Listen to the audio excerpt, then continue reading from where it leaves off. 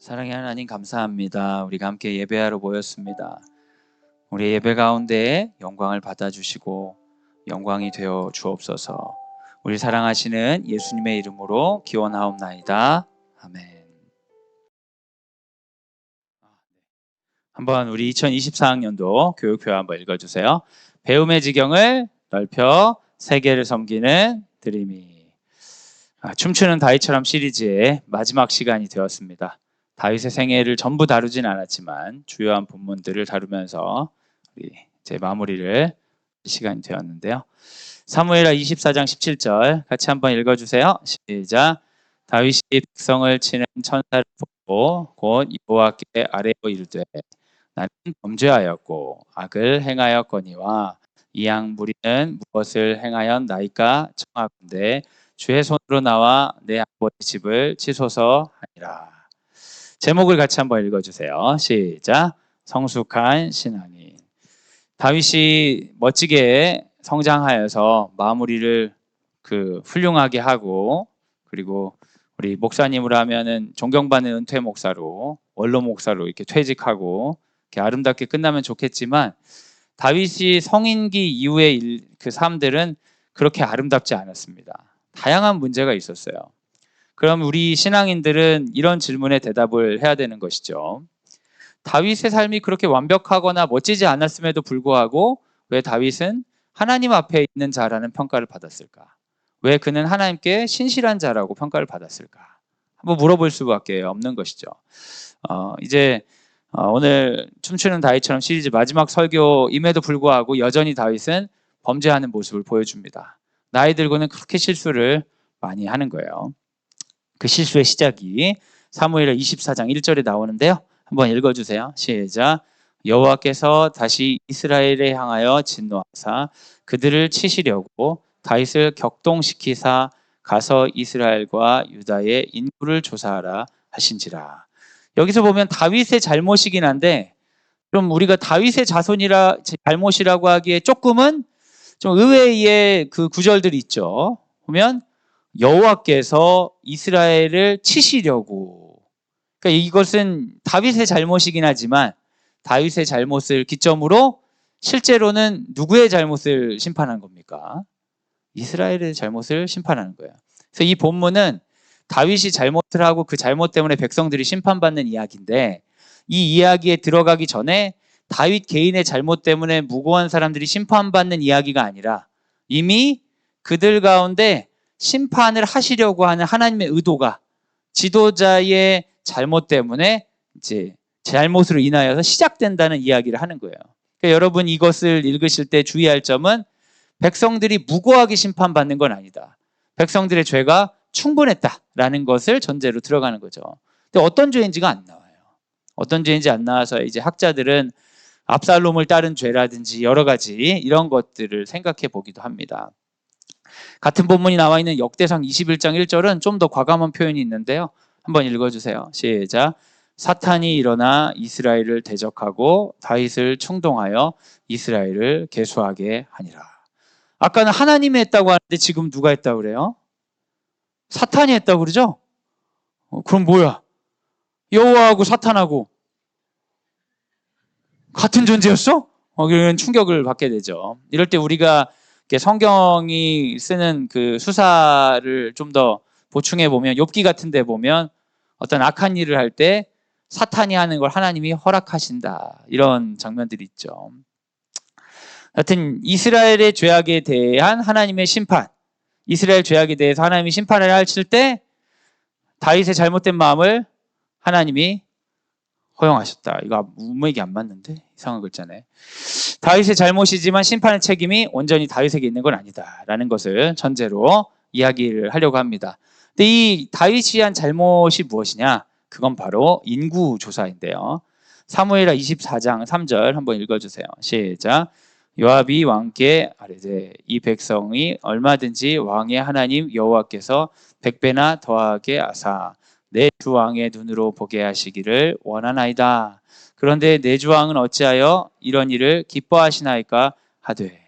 근데 이 이야기의 또 다른 좀 역설은 요압은 그렇게 좋은 사람으로 평가받지 않거든요. 강한 군대 장관이지만 좋은 사람으로 평가받지 않는데 요압이 왕에게 되게 맞는 말을 합니다. 여호와께서 100배나 더하게 하사 주왕의 눈에 보게 하시기를 원하나이다. 하나님이 당신에게 복을 더하기를 원합니다. 그런데 인구를 세면서 그걸 꼭 확인하려고 합니까? 그 인구 세는 이유가 어떤 번영과 관련된 것 혹은 군사와 관련된 것이라는 걸 우리가 알 수 있죠. 근데 주 왕이 그걸 기뻐하려고 하는 거예요. 이 자체는 다윗이 하나님을 기뻐하지 않고 또 다른 어떤 것을 기뻐하려고 했던 것을 하다못해 그 세속적인 요압에게도 보였다라는 걸 보여주죠. 군대 장관 요압이 반대하지만 다윗은 인구조사를 재촉해요. 성경에 보면 빨리 해라. 그래서 나온 결론이 칼을 빼는 자가 80만, 유다 사람이 50만 이스라엘인 것을 확인합니다. 그래서 이 이야기에서의 다윗이 인구조사한 이유는 이제 군사적 목적이었을 확률이 높다. 왜냐하면 칼을 빼는 자라는 표현이 있기 때문에. 그래서 다윗이 전쟁에서 자기의 힘을 과시하든지 아니면 자기가 얼마나 강한지를 한번 점검해서 자기 스스로 만족을 누리려고 했든지 간에 하나님 보시기에 아름답지 않은 일로 인구조사를 했고 이 인구조사는 결국 하나님 보시기에 안 좋았지만 결론적으로는 이스라엘에게 넘어갔던 죄악들이 드러나서 심판하게 되는 결론에 이르게 되었다라고 합니다. 그런데 이제 문제는 그쯤 하고 끝나야 되는데 다윗이 스스로 회개를 해요. 뭔가 이게 잘못됐다는 걸 느껴요. 여러분 아무 일도 없는데 뭔가 잘못됐다는 걸 느끼세요? 그럴 때가 있으세요? 직감이 막 뛰어나가지고 이거 뭔가 잘못됐다 이런 느낌 살다가 받아보신 적 있으세요? 네, 다윗이 그랬는지 모르겠는데 사무엘하 24장 10절 한번 읽어주세요. 시작. 다윗이 백성을 조사한 후에 그의 마음에 자책하고 다윗이 여호와께 아뢰되 내가 이 일을 행함으로 큰 죄를 범하였나이다. 여호와여 이제 간구하옵나니 종의 죄를 사하여 주옵소서. 내가 심히 미련하게 행하였나이다 하니라. 일을 하기 전에 자책을 해야 되는데 일을 하고 나서 이거 큰일 났네 라는 행위를 하는 거예요. 근데 이 본문 가지고는 사실은 이해가 잘 안 되죠. 왜냐면 요압이 말리고 잘못이고 했는데도 끝까지 해놓고 지금 후회하는 것은. 그런데 같은 본문이 역대상 21장 7절에 보면 우리가 조금 더 이해할 수 있을 만한 구절이 나옵니다. 7절 한번 읽어주세요. 시작. 하나님이 이 일을 악하게 여기사 이스라엘을 치심해. 역대상에 보면 이 구절이 있고 나서 다윗이 인구조사한 걸 후회했다라고 나오고 있어요. 그러니까 인구조사를 했어요. 이건 요압이 아니라고 했어. 그래도 했는데 뭔가 심판이 시작된 거죠. 그래서 다윗이 깨달은 거예요. 이게 내가 잘못되었나? 이거 멈춰야 됐었나? 그러면서 갑자기 회개를 하는 거예요. 그러니까 우리가 인간의 특징을 여기서 볼 수 있죠. 인간은 알아서 직감으로 회개하는 경우는 많지가 않아요. 어떤 문제가 잘못되고 이게 틀어졌다고 느낄 때 그때 돌이키면 그것도 빠른 겁니다. 그래서 늦었을 때가 제일 빠를 때다라고 하는 거죠. 우리 중고등학생들이 지금 시험을 봤어요. 시험 보고 결과를 보고 어떤 친구들이 느낌이 오는 거예요. 뭔가 잘못됐다. 내 삶이 지금 굉장히 잘못됐다. 깨닫는 아이들은 이 변화를 누리는 거죠. 근데 지난 시간에 시험에 이미 잘못된 것을 깨달았어야 되는데 지난 시험에도 깨닫지 못한 아이들이 이번 시험에도 깨닫지 못하면 직감적으로 갑자기 돌이키는 일은 별로 없다. 이런 일이 있을 때 이제 깨달아야 되는 거죠. 다윗은 느낌이 왔어요. 하나님이 싫어하시는 일을 내가 했구나. 그래도 해도 될 줄 알았죠. 이 정도는. 그런데 아니었다는 게 증거가 보이기 시작하는 거예요. 내부의 문제를 심판으로 인지하고 다윗은 긴급하게 회개합니다. 그래서 예언자를 불러요. 이 이야기에서 참 안타까운 것은 사실 거꾸로 갔어야 돼요. 인구조사하기 전에 어떻게 했으면 좋았을까요? 인구조사하고자 하는 욕구 자체는 잘못되지 않았거든요. 성경에 보면 시험에 들게 하지 마시고 다만 악에서 구하옵소서. 인간은 욕구 때문에 시험에 드는 일은 자연스러운 일이지만 거기서 악으로 넘어가지 않는 방법이 있을 수 있어요. 인구조사를 해서 우리 군사를 확인하고 전쟁에서 이기고자 하는 거는 그럴 수 있거든요. 그럼 여기서 뭘 했으면 좋았을까요? 이 순서를 좀 바꾼다면. 예언자를 미리 만나는 거예요. 먼저 예언자를 불러가지고 내가 이런 욕구가 있는데 어떻게 생각하냐라고 그 사람 이야기를 들었으면 좋았을 텐데 다윗은 일을 거꾸로 가는 거죠. 묻지 않고 자기가 한 다음에 문제가 생길 것 같으니까 그때 부르는 거예요. 근데 이미 이때는 늦은 거죠. 이미 늦은 거예요. 이미 늦었을 땐 여러분 어떻게 하셔야 됩니까? 이미 늦었다. 이미 나는 결혼을 하고 말았다. 이제 늦었다. 네. 지금이라도 늦지 않으니 이혼을? 그것도 쉽지 않은 일이잖아요. 이미 늦었다 싶으면 그때 할 수 있는 일을 찾아야 되는데 어떤 사람은 이게 늦었다 싶을 때 이미 늦었어, 망했어 이러면서 할 수 있는 일들을 포기하려고 하는 경우가 있죠. 근데 다윗은 이미 늦었을 때 물어봤어요. 그러면 자기가 늦었다고 했은 그 순간에 순진한 생각을 버려야 돼요. 어떤 생각이냐? 자기가 했던 일을 취소하는 행위는 불가능하다.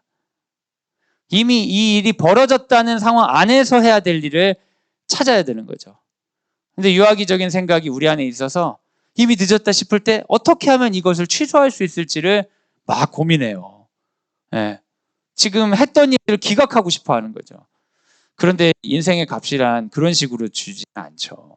했던 일을 받아들이고 할 수 있는 일을 해야 됩니다. 예언자에게 기대하는 것은 어떻게 하면 이것을 없던 일로 할 수 있냐라는 거였겠지만 예언자의 대답은 생각보다 무거운 대답이었어요. 사무엘하 24장 13절 한번 읽어주세요. 시작. 가시 다윗에게 아뢰어 이르되 왕의 땅에 7년 기근이 있을 것이니까 혹은 왕이 왕의 원수에게 쫓겨 석 달 동안 그들 앞에서 도망하실 것이니까 혹은 왕의 땅에 사흘 동안 전염병이 있을 것이니까 왕은 생각하여 보고 나를 보내신 이에게 무엇을 대답하게 하소서 하는지라. 왕이여, 왕이 원하시는 방법, 지금 당신이 했던 과거의 일들을 취소하고 기각시키는 방법은 없습니다. 당신이 할 수 있는 것은 책임지는 방법인데 그 책임지는 방법이 세 가지 루트가 있습니다. 첫 번째는 7년 동안 기근으로 괴롭힘 당하는 것. 두 번째는 3달 동안 방황하는 것, 원수에게. 근데 이거는 다윗이 사실 굉장히 오랫동안 했어요. 누구한테 쫓겨다녔었죠? 사울에게 쫓겨다녔잖아요. 이걸 아주 익숙한 거죠. 뭔지 정확히 아는 거예요. 그 다음에 3일 동안 전염병이 도는 거예요. 여러분은 이것 중에 무엇을 선택하려고 하면 어떤 걸 선택하시겠어요? 설문조사 한번 해볼까요? 1, 2, 3번에 손 들라고. 그래도 우리가 다윗처럼 책임감 있는 사람은 아니지만 재미로 한번 선택해 보시죠. 손가락으로 이따 하나 둘 셋 하면 손가락으로 1번, 2번, 3번 1번 손 들고 이러면 정확히 아니까 그냥 한번 좀 보여주세요. 재미로. 자, 나는 1, 2, 3번 중에 이걸 선택했다. 하나 둘 셋. 2번도 있으시고. 그렇죠. 선택 안 하고 싶으신 분 당연히 있어요. 2번이 많으시네. 오, 여러분 대단하시네요. 3달 동안 쫓겨다니고 싶으세요, 빚쟁이한테? 그러게요. 다윗이 고민이 많이 됐을 것 같아요. 근데 다윗은 이렇게 대답을 했어요. 애매하게 얘기했어요. 사무엘하 24장 14절. 같이 한번 읽어주세요. 시작. 다윗이 가세게 이르되 내가 고통 중에 있도다. 청하건대 여호와께서는 긍휼이 크시니 우리가 여호와의 손에 빠지고 내가 사람의 손에 빠지지 아니하기를 원하노라 하는지라. 이게 무슨 말인지 모르겠어요. 근데 그냥 느낌은 세 개를 중에 고르라고 했는데 여호와의 손에 빠지고 사람의 손에 빠지지 아니하기를 원한다는 게 2번만 아니면 돼요. 약간 이런 느낌인가? 그런 생각이 좀 들죠. 사울에게 쫓긴 그 트라우마 때문에 그랬는지 약간 좀 어리석게 보이죠. 근데 이 다윗을 되게 좋게 해석하는 학자들은 이걸 어떻게 해석하냐면 사람의 손에 빠지는 인간이 고르는 게 아니라 하나님이 골라 주셔라. 뭐 이렇게도 해석을 하더라고요. 정확히는 잘 모르겠어요. 다윗은 사람이 아닌 하나님께서 심판주가 되시기를 부탁해요. 그런데 이걸 가지고 이제 성경은 3번 고른 걸로 알아들었어요. 근데 저 같아도 2번을 고를 것 같아요. 뭔가 죄책감 때문에. 근데 3번이 골라졌어요. 문제는 3번이 골라진 첫째 날에 7만 명이 죽었습니다. 여러분 그 지도자의 무게인 거죠. 지도자가 뭔가를 결정해야 될 때가 있는데 이 결정이 굉장히 큰 아픔을 주는 거예요. 이 지도자의 무게를 다윗이 느낀 거죠. 다윗이 지금까지 삶을 생각해 보면 어렸을 때 형들이 잘 먹고 잘 살 때 자기는 양치기 하면서 행복했잖아요. 근데 이 사람은 성공하고자 하는 마음보다 비교의식보다는 믿음이 좋았던 사람이에요. 믿음 하나면 충분하다는 사람이었어요. 근데 그때는 사실 왕관의 무게가 없었어요. 내가 혼자 믿음 안에 충분하다고 생각해도 괜찮은 인생이었어요. 골리앗 앞에 나설 때는 어땠을까요? 이 모든 사람들을 자기가 책임지겠다고 나섰을까요? 그렇지 않았어요. 그때 그냥 젊은 패기로 믿음 가지고 하나님이 기회 주시면 해보겠다고 도전하는 젊은이로서 그 자리에 쓴 거죠. 사울이 자기를 쫓아다닐 때도 내가 여호와의 기름 부음 받은 자를 죽이지 않겠다는 자기 믿음만 지키면 되었어요. 그런데 삶이 바뀌기 시작했어요. 나이가 들었고 영향력이 커졌어요. 이제 다윗이 하는 행위 하나하나가 너무 큰 무게감이 있는 거예요. 그럼에도 불구하고 밧세바와 간음하고 우리아를 죽이는 실수를 하게 되죠. 어쩌면 그는 자기 믿음만 지키고 자기 도덕성만 지키고 그게 걸리지만 않으면 된다고 생각하다가 계속 성공하니까 내가 어떻게 해도 된다는 생각을 하게 된 거예요. 근데 거기서 크게 잘못을 했다는 걸 알고 이제부터는 자기가 조심해야 된다 생각하죠. 그리고 압살롬이 막 문제를 일으키고 막 난리가 났는데 자신감이 한번 꺾여서 그런지 그 문제를 왕으로서 아버지로서 적극적으로 막아내지 못했어요. 오히려 압살롬의 문제를 다 자기 삶의 잘못에 대한 대가로 생각하고 그냥 다 받아들였어요. 어쩌면 그의 삶은 이제 나락으로, 추락으로 가는 것처럼 보였습니다. 이번에도 비슷한 일이 생겼어요. 너무 비슷해요. 살면서 경험했던 오점이 다시 반복되는 것 같아요. 왕으로서 해서는 안 되는 일을 하고, 물론 하나님께서는 이스라엘 심판하시려는 계획이 있으셨지만 그것과 상관없이 다윗 본인은 왕으로서 해서는 안 되는 일을 하고 그것 때문에 영향력이 커지고 있어요. 7만 명이 죽었어요. 어떻게 해야 될까요? 전에 압살롬의 일처럼 그래 이건 내 잘못 때문에 받아들여야 돼 하면서 가만히 있어도 될까요? 그러기에는 잘못하지 않은 수많은 사람들이 이제 죽어가는 것처럼 보이지 않습니까? 7만 명이 죽었을 때 다윗은 그 압살롬에게 쫓길 때 보였던 패배의식, 삶을 수용하는 모습을 넘어서서 적극적으로 거기에 대응하고 다른 방식을 취하기 시작합니다. 사무엘하 24장 17절이죠. 한번 읽어주세요. 시작. 다윗이 백성을 치는 천사를 보고 곧 여호와께 아뢰어리되 나는 범죄하였고 악을 행하였거니와 이 양무리는 무엇을 행하였나이까? 청하건대 주의 손으로 나와 내 아버지의 집을 치소서 하니라. 갑자기 다윗이 이게 전염병이 몇 일이었어요, 여러분? 3일에 하루에 7만 명이 죽었는데 사실 성경에서 보면 다윗은 몰랐지만 하나님께서 7만 명을 죽이고 나서 그만 심판해야겠다 마음을 먹으셨어요. 다윗의 이야기 때문에 심판이 멈춘 건 아니에요. 그러니까 이거는 하나만 한 일이긴 해요. 그런데 다윗은 하나님 앞에서 달라진 믿음을 보였죠. 그 전에 실수한 것을 그냥 받아들이고 그걸 고쳐내지 못하고 어떻게 보면 중요한 전쟁을 요압에게 맡겼던 그런 모습이 아니라 이번에는 하나님 저와 제 집을 치세요. 제가 가능하다면 이 모든 책임을 지게 해주세요.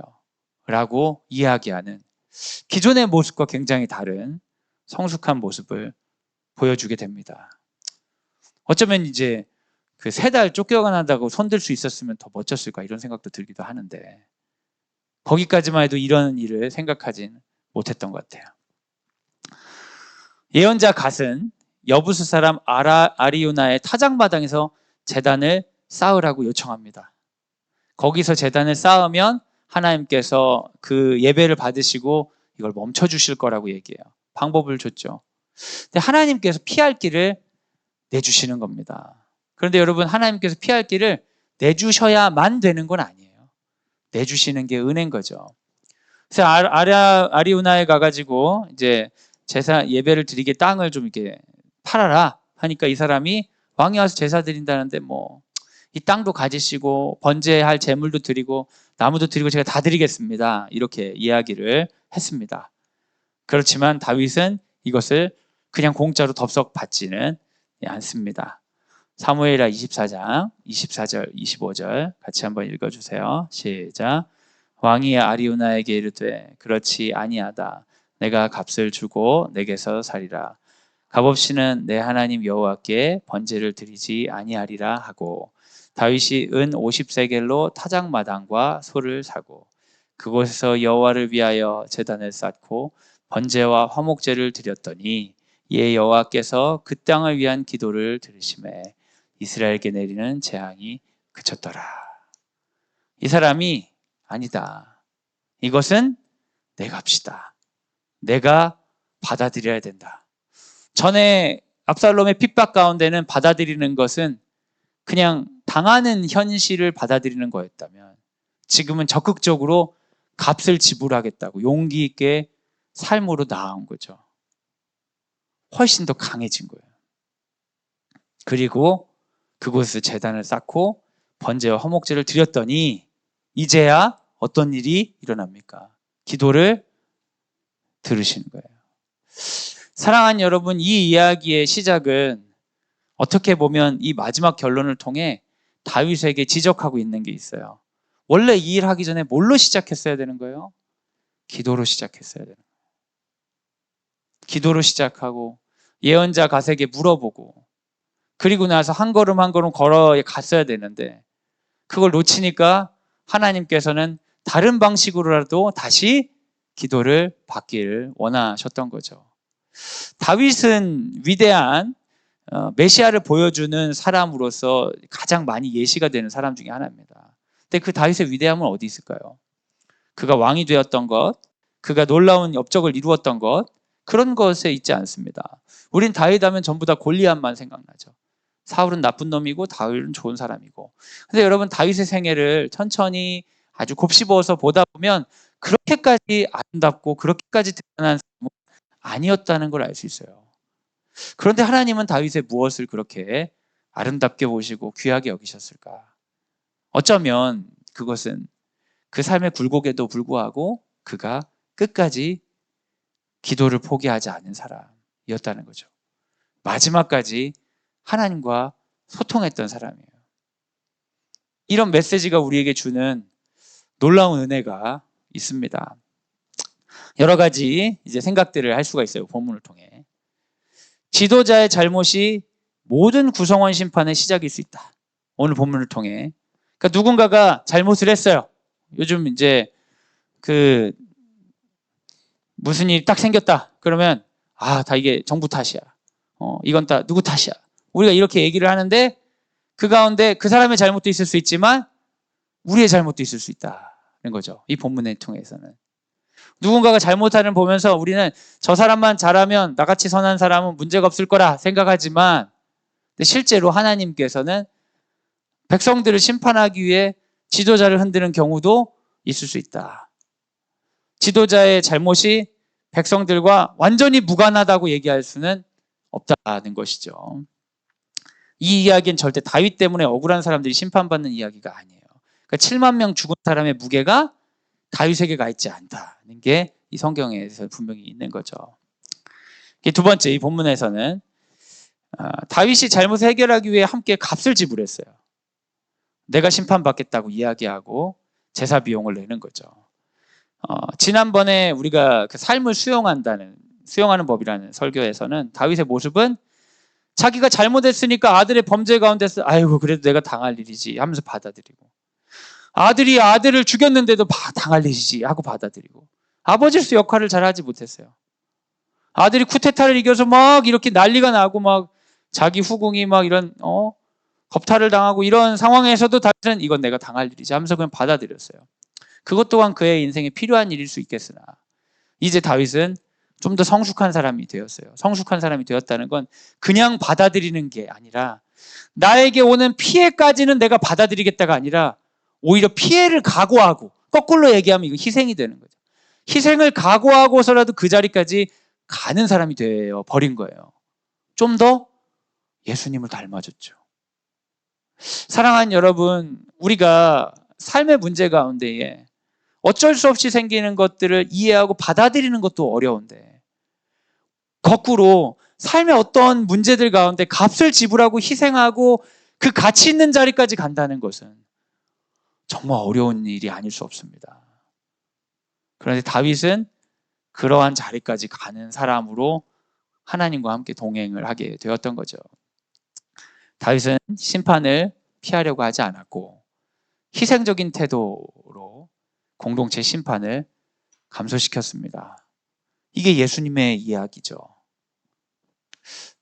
우리가 묻는 구주가 여러분 예수님입니다. 예수님은 십자가를 지셔서 타인의 생명을 구원했다는 이야기를 하고 있는데 우리는 어떤 것을 그 삶의 구원으로 생각하고 있는지 생각해야 돼요. 예를 들면 예수님이 희생했기 때문에 내가 유익을 누리는 것이 구원이라고 여길 건지, 아니면 예수님과 같은 삶을 살 수 없는 우리가 그러한 삶으로 초대받은 것을 구원이라고 생각할 것인지, 예수님이 난리에 죽었기 때문에 난 유익을 누릴 거다라는 구원에 머물러 있다면 이상하게 그 믿음이 우리를 구원으로 인도하지 못한다는 것을 여러분 자연스럽게 경험하실 것입니다. 예수께서 다 값을 치르셔야 되는데 나도 삶의 값이 있거든요. 어쩌면 우리에게 주시고자 하는 구원의 핵심은 예수님과 같은 삶으로의 초대일 수 있습니다.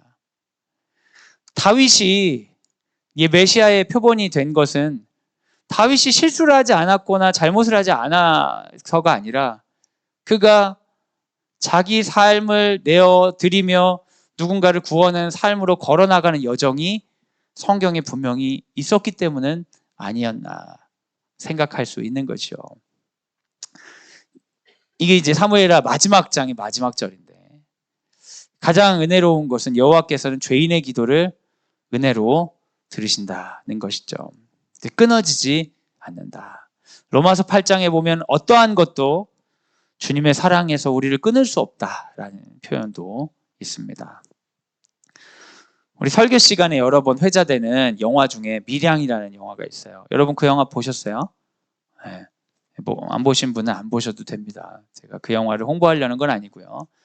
거기에 굉장히 신학적인 주제가 있어요. 뭐냐면 어떤 여성이 그 남편 없이 아이를 키우고 있는데 그 아이를 어떤 사람이 살해해요. 그래서 그 사람이 감옥에 들어갑니다. 이 어머니가 너무 상심한 나머지 마음을 둘 곳이 없어서 교회를 찾아가는 거예요.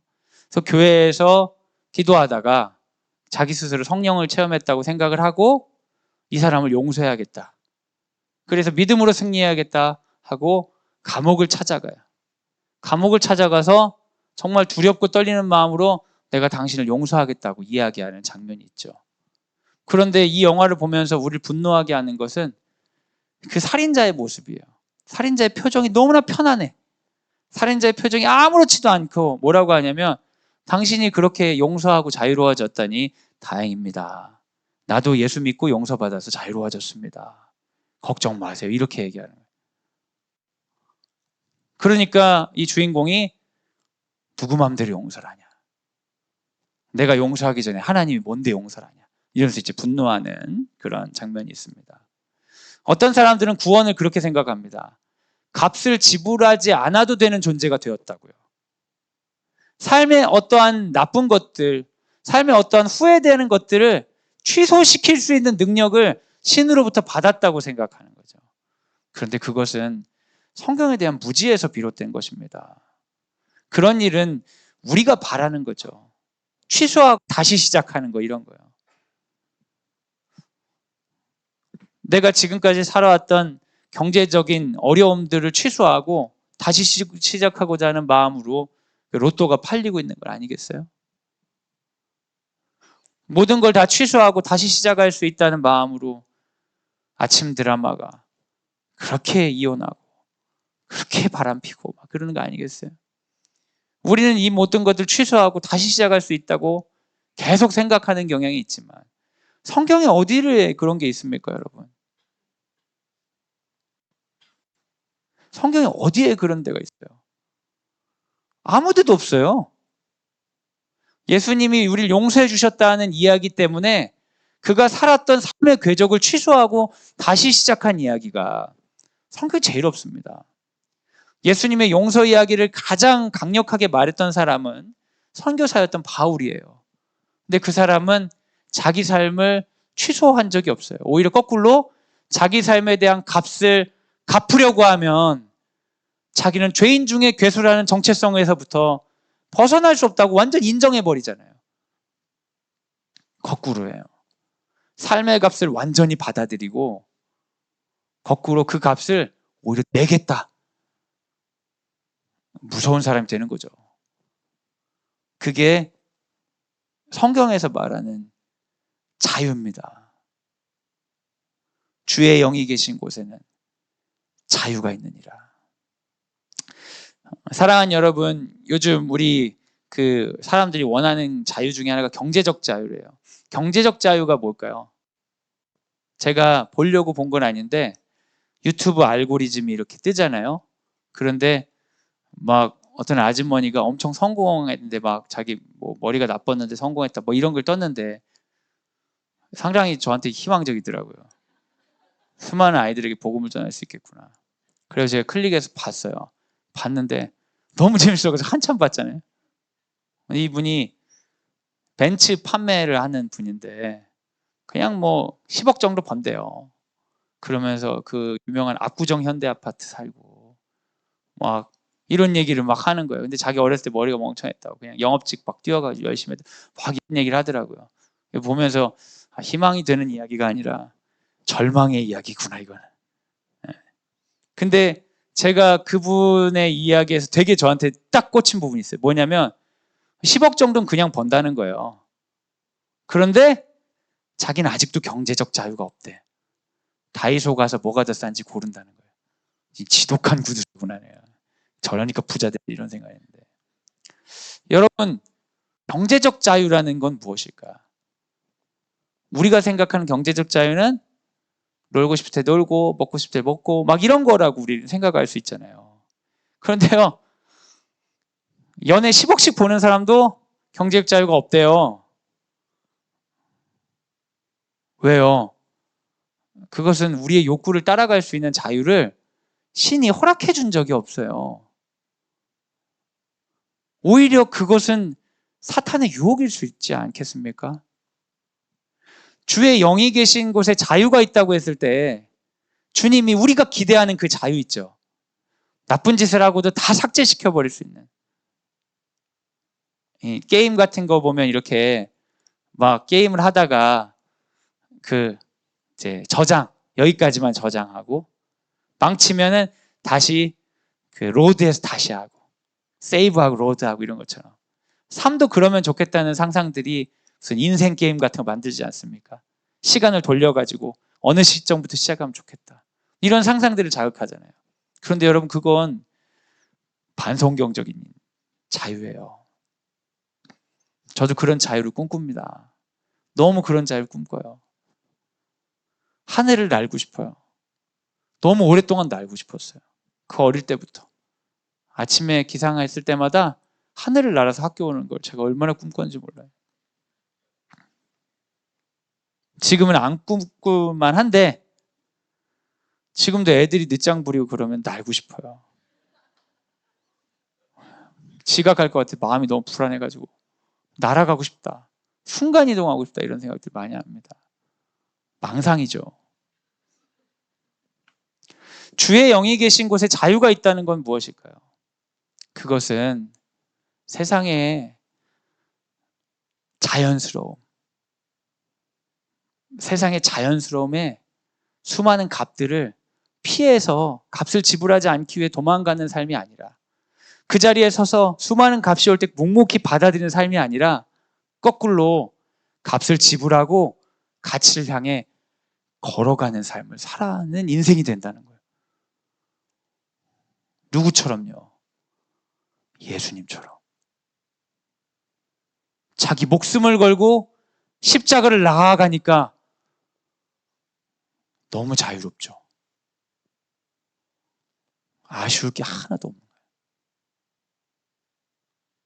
그분처럼 사는 게 쉬운 일은 아닌 것 같아요.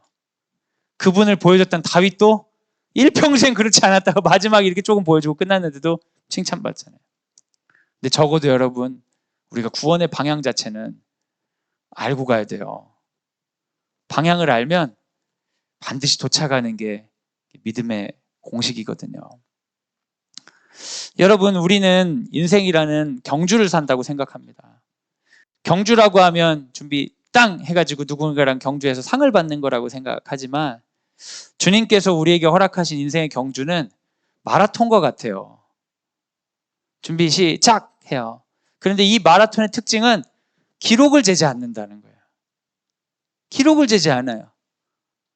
아무리 늦게 와도 기다려준다는 거예요. 지금은 우리 그 중등과정에서 마라톤 안 하는데 예전에는 왜 마라톤 하셨는지 모르지만 2년에 한 번씩 마라톤을 했어요. 제가 운동하는 거 좋아할 것 같아요? 안 좋아할 것 같아요? 안 좋아할 것 같아요? 어떻게 그렇게 확신을 갖고 얘기하세요? 제 몸이 말하고 있나요 혹시? 말하지 마! 가만히 있어! 다들 켰네요. 예.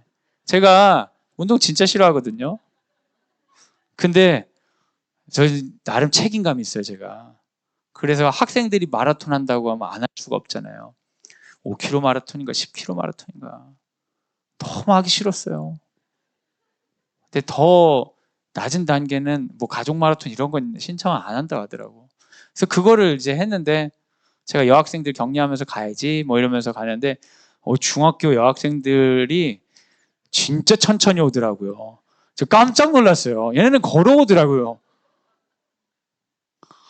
그래도 걔네들보다는 좀 빨리 갈 수 있겠다 하면서 갔는데 우리 체육 선생님은 벌써 반지를 찍고 돌아오고 있어요. 난 출발한 지 얼마 안 됐는데 그분을 보니까 마음이 너무 안 좋았어요. 조금 더 속도를 내서 막 가고 있는데 이제 아는 얼굴들이 막 와요. 건강한 남자애들 막 뛰어오는 거예요. 말같이 보이더라고요. 사람같이 안 보이고. 계속 오는데 제 마음에 어떤 불안이 있냐면 마지막에 다 밥 먹고 가버리면 어떡하지? 도착하면 밥 먹기로 했거든요, 그때. 다 밥 먹고 있는데 난 도시락도 안 싸도 된다고 같이 먹어도 된다고 그러셨는데 다 먹어버리면 어떡하지? 막 이런 생각이 들더라고요. 왔는데 겨우겨우 제가 도착해서 밥 먹었어요. 다행히 여학생 몇 명이 저와 함께 해주었어요.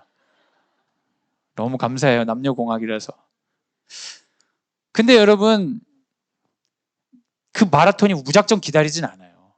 시간이 있어서 그 시간 이후에는 기록 측정을 안 해줘요. 전 그래도 기록 측정을 해줬거든요. 얼마나 다행이에요. 근데 인생이란 마라톤은 그것보다 더 와일드해요. 길은 훨씬 길고요. 시간 측정은 안 해요. 그런데 약속이 하나 있으니 꼬링 지점에 무조건 기다린다는 거예요. 끝날 때까지. 아무리 오래 걸려도 아무리 뺑뺑 돌아도 거기까지 오면 무조건 통과라는 거예요. 그게 뭐냐면 하나님의 사랑이 절대 취소되지 않는다는 거예요. 여러분 삶 가운데 인생을 돌았던 시간이 있으세요? 걱정하지 않으셔도 돼요. 방향만 놓치지 않으면 그 값을 지불하면서 느린 것 같고 이렇게 도달하겠나 싶은 그 자리라도 반드시 예수님이 기다리고 계셔요. 다윗이 얼마나 삶을 포기하고 싶었겠어요, 여러분. 내가 믿음 좋은 사람으로 하나님의 왕으로 이렇게까지 높은 자리에서 여전히 이런 실수를 하고 죄를 인정하고 싶지 않았을 것 같아요. 아니 내가 한 거 아니야. 누군가 죄 지은 거야. 요압이 인구조사 시킨 거 아니야. 막 이렇게도 하고 싶었을 것 같아요. 그런데 다윗은 그래도 방향을 놓치지 않았습니다. 그러니까 도달하는 거죠. 성경이 말하는 자유는 이런 것입니다. 죄악에 대해 적극적으로 해결하기 위해 책임감 있는 존재로 거듭나는 것이에요. 여호와로 인하여 만족했던 다윗, 여호와를 위하여 살았던 다윗, 연약함 가운데 수치를 받아들인 다윗, 공동체를 위해 자신을 희생할 수 있는 사람이 된 다윗. 나이 들면서 다윗이 겉으로만 보면 추해진 것 같지만 사실 하나님 눈에서는 굉장히 성장하고 있는 모습을 보시지 않았을까 싶습니다. 춤추는 다윗처럼 된다는 것은 무엇일까요? 그것은 죄 없는 사람이 되는 것일까요? 그렇다면 여러분, 저부터 포기하겠습니다. 죄 없는 사람이 될 수가 없고, 죄를 안 지으려고 하면 할수록 더욱더 제 안에 있는 죄가 더 커 보여서 삶이 너무 빡빡해요. 그런데 하나님은 우리에게 죄 없는 존재가 되라고 얘기하지 않으세요. 오히려 그 죄의 문제는 내가 책임질 테니까 방향 잘 잡고 오라고. 그게 성숙한 신앙인이 되는 것이죠. 성숙한 신앙인이 된다는 걸 정리한다면 어쩌면 이게 아닐까 싶습니다. 마지막 줄을 같이 한번 읽어주세요. 시작. 삶의 과정을 통해 주님을 알아가는 것. 삶의 과정, 결과가 아니라 삶의 과정을 통해 주님을 알아가는 것. 언제까지요? 죽을 때까지. 그래서 반드시 그 자리에 도달하는 것. 그게 바로 성숙한 신앙인이 아닌가 싶습니다. 이제 마지막으로 삶에 대해 이야기하는 바울과 예수님의 이야기를 드리면서 끝내고 싶은데요. 예수님은 젊은 나이에 다 이루었다고 말씀하셨습니다. 다 이루었대요. 여러분, 예수님보다 젊은 분 없으시죠? 33 이하 있으세요? 있으시다면 부럽습니다. 그렇게 빨리 아이를 출산하시다니 부럽습니다. 대부분은 예수님보다 이제 나이가 많으시잖아요. 근데 그분은 벌써 다 이루셨대요. 근데 주님께서 우리에게 특별한 은혜를 부어주셔가지고 우리한테 알려주시는 거예요. 우리 죽을 날을 알려주시는 거예요. 주님께서 우리 귀에 대해 말씀하셨어요. 내일 뒤진다. 그럼 여러분 뭐라고 하시겠어요? 내일이요? 다 이루었습니다. 주님 데려가십시오. 그러시겠어요? 못한 것들이 잔뜩 생각나시겠어요? 전 너무 많은데요. 못 갈 이유를 너무 많이 얘기할 것 같아요. 예수님이 뭔가 이루었다고 얘기하신 걸까요? 여러분, 그런 얘기 하실 수 있죠. 예수님 미혼이셨잖아요. 네. 아니에요, 여러분. 미혼들 보고 지금 죽으라고 해보세요. 뭐라고 얘기하는지. 당신들은 결혼이라도 했잖아. 우리 이런다고.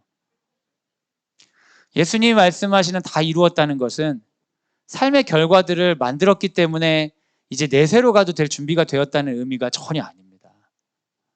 예수님이 말씀하신 다 이루었다는 것은 내가 지금 생명이 끊어질 때가 되었는데 방향을 잃지 않았습니다. 죽음 앞에 있는 지금 이 순간에 저는 하나님을 바라보고 있습니다. 라는 신앙 고백이죠. 그에 비해 다윗은 엄청나게 많은 교회를 개척하고 정말 유명한 사람이 되었는데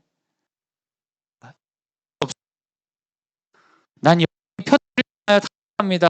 이렇게 얘기했어요. 근데 실제로 그 사람이 이룬 게 없다는 얘기가 아니라 저에게 중요한 건 지금까지 이루었다고 말하는 삶의 결과가 아니라 내 방향이 당신을 향해 있는 겁니다. 그 다윗이 고린도전서에 뭐라고 얘기하는지 아세요? 다른 사람들을 다 구원하고 나만 구원 못 받을까 두렵다. 이게 무슨 말이에요? 지금까지 교회도 이렇게 세우고 이렇게 유명해졌는데 다른 사람들이 그 방향을 잘 가르쳐줬는데 내가 깜빡해서 방향을 놓칠까 봐 두렵다는 거예요. 춤추는 다윗처럼 살아간다는 것은 그 방향을 끝까지 가져가는 것. 그럼 우리는 잘못된 인생이 아닌 것이에요. 남들은 때때로 우리의 어떠한 삶의 궤적들을 가지고 평가할 수 있죠. 받아들이면 됩니다. 적극적으로 그걸 해결하면 돼요. 그런데 더 중요한 건 다른 사람의 평가가 아니라 내 방향이 하나님께로 가 있느냐. 그거면 충분하고 그거면 자유롭다 고백하는 게 믿음의 능력이죠. 이 믿음의 능력을 가지고 춤추는 다윗처럼 자유롭게 하나님 앞에 기쁨으로 살아가는 우리가 되기를 예수님의 이름으로 소원합니다. 아멘. 오늘 딱 종강하면 좋겠네요. 이걸 하고 다시 설교를 한다니까 제가 또 딱 종강 느낌인데. 네. 우리 기도하겠습니다. 우리 같이 한번 기도할 때 우리 꽤나 많은 설교를 했어요. 춤추는 다윗처럼. 어서 읽을 뻔했나? 모르겠어요. 순서 생각 안 나는데 다윗의 삶을 엿보면서 다윗이 아니라 다윗 가운데 역사하셨던 우리 하나님을 한번 생각해 봅니다. 그리고 다윗에게 하셨던 하나님을 우리 인생을 통해 한번 돌아보면 좋겠어요. 여러분 그런 적 있지 않으십니까? 하나님을 마음껏 찬양하면서 하나님만 계시면 충분합니다 그렇게 만족했었던 다윗과 같은 그런 시간이 있지 않으셨어요? 골리앗 앞에 선 다윗처럼 때로는 내가 이렇게 용기를 가지고 이런 모습도 있네 하면서 되게 뿌듯하고 좀 잘 나가는 것처럼 보였던 그런 우리의 모습도 있지 않으셨어요? 어쩌면 누군가가 날 오해하고 힘들게 하지만 그래도 의연하게 신앙을 지키는 그런 모습들, 속상하고 힘들었지만 그 시간을 잘 이겨낸 내 모습도 있으실 수 있습니다. 지금 생각하면 지우고 싶은 기억들, 실수들, 후회되는 기억들, 그것 때문에 겪었던 어려움들도 여러분 안에 있을 수 있습니다. 되게 싫은 기억이지만 지나고 나서 보니까 그래도 내가 봐도 멋있었네, 그래도 믿는 사람답게 잘 이겼네, 그럴 만한 경험도 여러분 안에 있으실 것입니다. 다윗이 그렇게 살았던 우리들의 이야기입니다. 되게 완벽하고 멋지고 범접할 수 없는 사람의 이야기가 아니라 우리 삶에 있었던 그런 즐거움과 고통들을 하나님이 보여주시려고 다윗의 이야기를 이렇게 쭉 펼쳐주셨어요. 그리고 한번 바라봅시다. 하나님이 어떤 분이셨는지. 하나님 신실하셨습니다. 그리고 우리가 믿음으로 고백하기를 원합니다. 그 신실하신 하나님이 동일하게 지금도 신실하십니다. 이 시간 다윗의 이야기가 아니라 우리의 이야기로 하나님께 기도로 나아갈 때, 하나님 당신은 신실하십니다. 내 삶의 굴곡 가운데 여전히 정리되지 않은 부분이 있다면 주님 이해하게 하여 주시고 치료하여 주시고, 이해되지 않더라도 수용하게 하여 주시고, 때때로는 속상하고 힘들지만 값을 지불하고 적극적으로 나아가 신념 있는 삶을 살아갈 수 있는 용기를 더하여 주옵소서. 춤추는 다윗처럼 당신과 끝까지 동행하는 내가 되게 하여 주옵소서. 그렇게 고백하며 시간 기도로 나아가도록 하겠습니다. 함께 기도하겠습니다.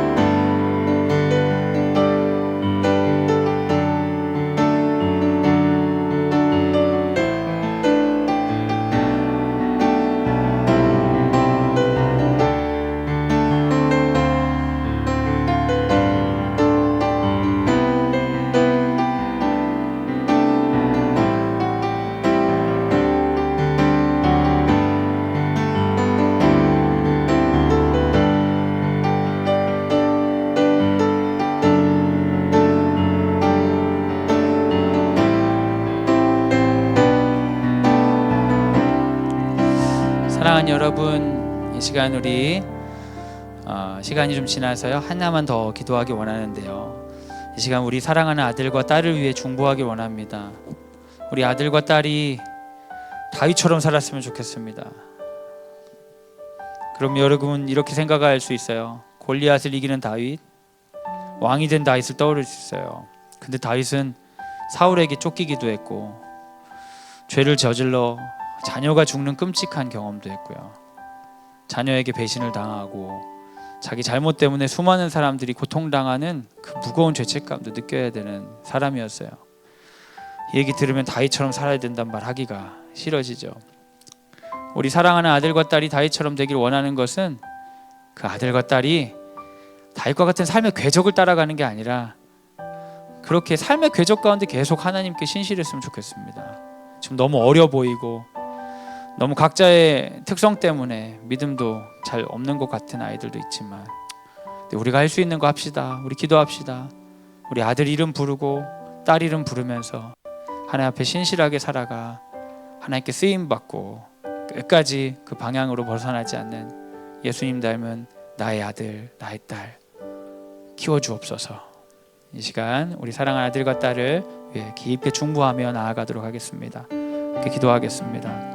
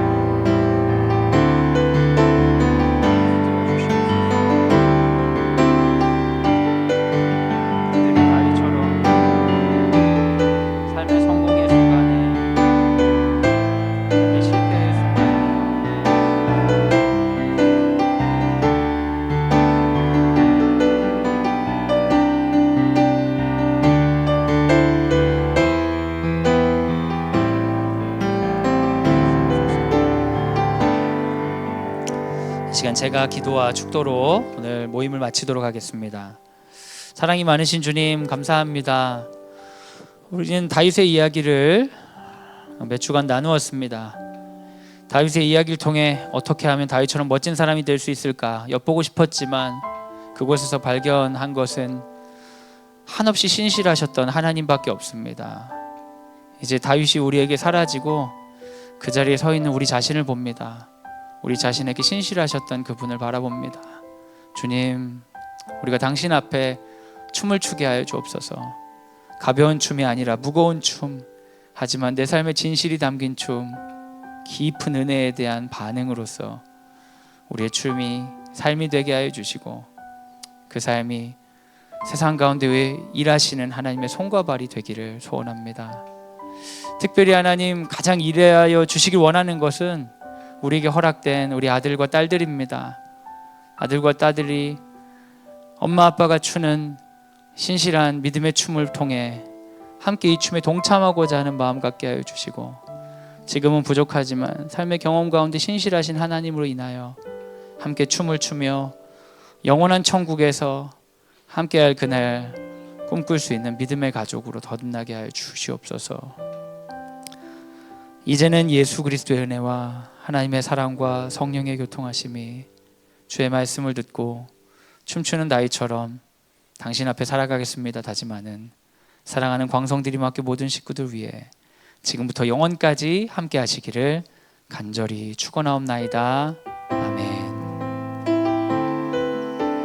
네, 하나님께 영광의 박수를 올려드리겠습니다.